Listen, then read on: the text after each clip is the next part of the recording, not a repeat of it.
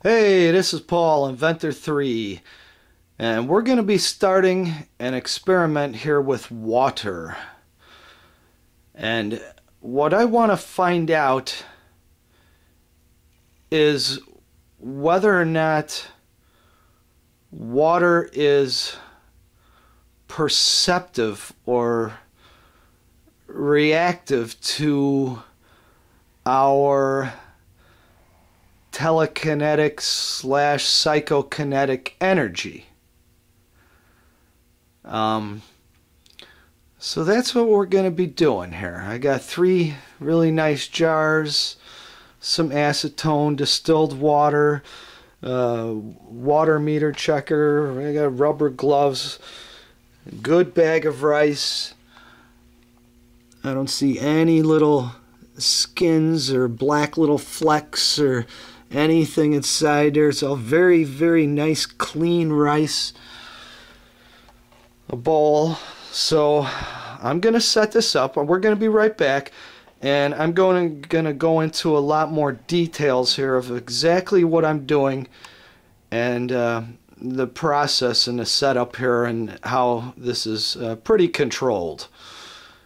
As controlled as I could probably make this experiment. So, alright, hold tight. We'll be right back. We'll prepare this and I'll explain everything more here. Okay, I just mixed the rice and the distilled water. And what I'm going to do right now is take this shot glass here and I'm going to fill it up with nice wet, just the rice. Divide it equally between our 3 jars. 1 or 2 shots of each, and then I'll come back and add one or 2 more shots of just the water. But at first, thing is, I wanted to mix it all together first, so that no one can say any jar is different than the other one. They're all coming from the same batch. It's mixed up. You see, I'm wearing gloves, and I'll explain more to you in just a minute. So let me keep going here and I'll be right back. Okay, so here we are. We got our 3 jars of rice and water. As you just saw a minute ago, I had all the rice and water in a bowl, and I took out just the rice, nice wet rice, filled up the shot glass evenly. I think it was 3 shot glasses full of rice for each jar. And then I had to add some more, I was running low on the water, so I added some more distilled water to our bowl, mixed it up, and then kept scooping just the water out in equal proportions. So each of our jars, as you can see, they're all equal. It's hard to tell the rice down there. The water's still a little foggy, and the rice may not be perfectly level on the bottom, but there's equal amounts of water and rice. Okay, now let me explain what I did here as far as preparation too. Each one of these jars, brand new, straight from the store, never opened, but still there might be some kind of residue on there from the factory. So these jars, the bowl, the shot glass, everything was washed thoroughly. I thoroughly washed in antiseptic my hands and washed each one, and also rinsed with scalding hot water. I could barely keep my hands under it. It was so hot. I have my water heater in the house turned up a little bit higher than average, so I really get some hot water out of there. So I want to make sure to sterilize everything as best I could. I don't want any variables in here saying, it's caused by something or caused by this. So they all come from one batch. And after the scalding hot water and the soap and everything, rinsing, I gave everything an acetone bath, and then after that I rinsed everything with just distilled water and wiped clean. So I mean, I don't even use the first paper towel on there. I'll use the second or third one that's on the inside. So everything's super clean here, super controlled as best I can. We got the clamp on lids here, and last stages of cleaning and mixing and everything. I even wore rubber gloves. I don't want to say anything came off of my hands. So we want to find out, and even got a water tester, make sure the water is zero parts per million. We want to see if that water is receptive or reactive or perceptive to our telekinetic slash psychokinetic energy. So what we're going to do is one jar again we're going to ignore. The second jar we're going to say I hate you to. The third jar we're going to play a recording of I hate you of my voice. So these last two jars will both have the same tones, vibrations, the same frequencies, whatever you want to call it. Let me show you this. Okay, basically we just got to watch up in this corner. This is a little audio analyzer.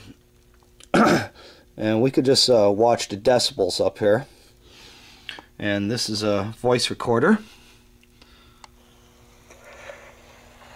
I hate you. I hate you. I hate you. I hate you. I hate you. I hate you. You could see, so both, it's not the clearest. I hate you. I hate you. I hate you. I hate you. I hate you. I hate you. I hate you.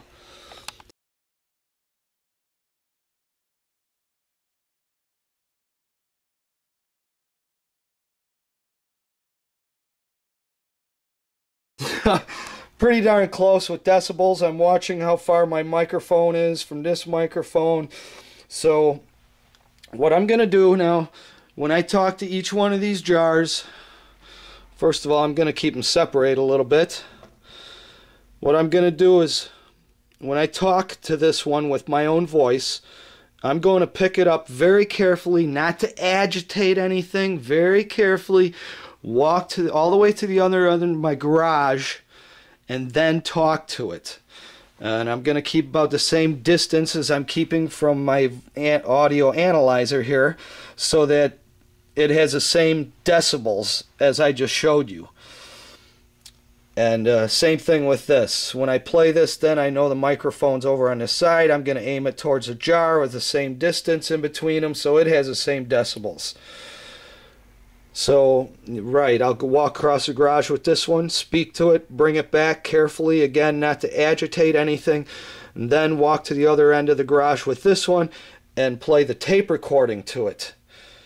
So these two will be subjected to the exact same tones, vibrations, frequencies. The only difference is one's going to be coming personally from me. So it's going to have my psychokinetic energy. Some may argue and say, well, when you recorded this, your psychokinetic energy was recording on this. That might be a whole nother thing to prove, but some of it might be recorded. I wouldn't think it would be recorded with the same amount of strength, my kinetic energy. And we're not talking about my voice. If this was an older type of magnetic tape type recorder with magnetite on it, then I could, say, yeah, more of your feelings and emotions, and that could be recorded onto there. But as far as with a digital type of recorder, so anyhow, you get my point. One, we're going to be speaking with our voice. One will have a tape recorder. So what I'm hoping, if water is perceptive to us, to our feelings and emotion, there's been a lot of experiments done out there replicating Dr. what the heck's his name? Masaru Emoto.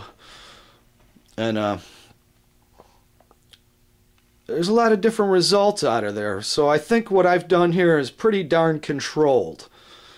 You know, as far as temperature in a room and other things like that, well, all three jars are subject to the same circumstances. So again, the only difference is one's going to have my voice, one's going to have a recording of my voice.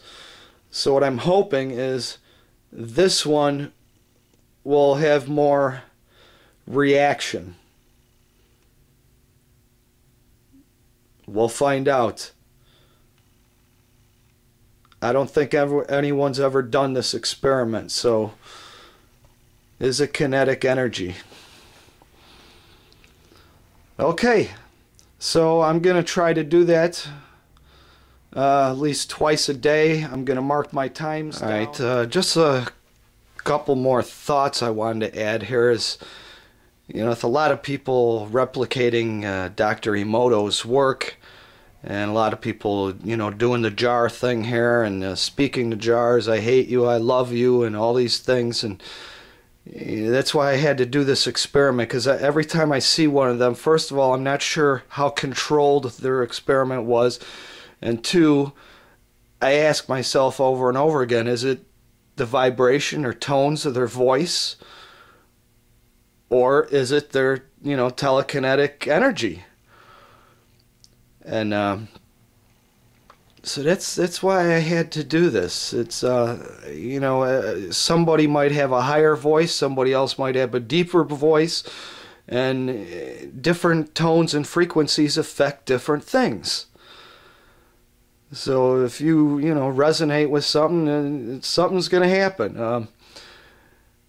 But yeah, everybody's got different tones and frequencies in their voices. I think, you know, what does the water know every language that's on the planet too? You know, how does it understand it? So is it reacting to your telekinetic energy or not? And yeah, so that's why I had to do this. Anyhow, and the other thing I was thinking about is, I wanted to let you know, is when I say I hate you to these jars, and when I recorded my voice, I don't like saying I hate you. It's like against my nature. You know what I mean? I mean, I'm not saying I've never said it. Probably everyone said it at one time or another. We all say things we regret, but it's not in my nature. I don't feel good to say I hate you. When I say I hate you, it gives me, myself, a negative vibe. You know, so I want you to know that, because that's that energy we're going to be putting into the jars. Someone once made an important comment about, you know, well, if the jar gets all smelly and stinky or moldy or whatever, isn't that actually life?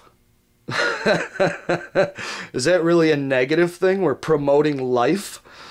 Well, but then again, I think about it, and if it is a telekinetic thing, something being rancid and smelly and brown colored is negative in my mind. You know, so if it's going to metamorph into something that I feel is negative, you know, it's going to be something that's negative to me. So, you know, a smelly, moldy jar would be negative. You know, even though, right, promoting life is positive. So, anyhow, that's just, you know, things that run through my mind. I don't want to ramble on too long here. So, food for thought, as they say.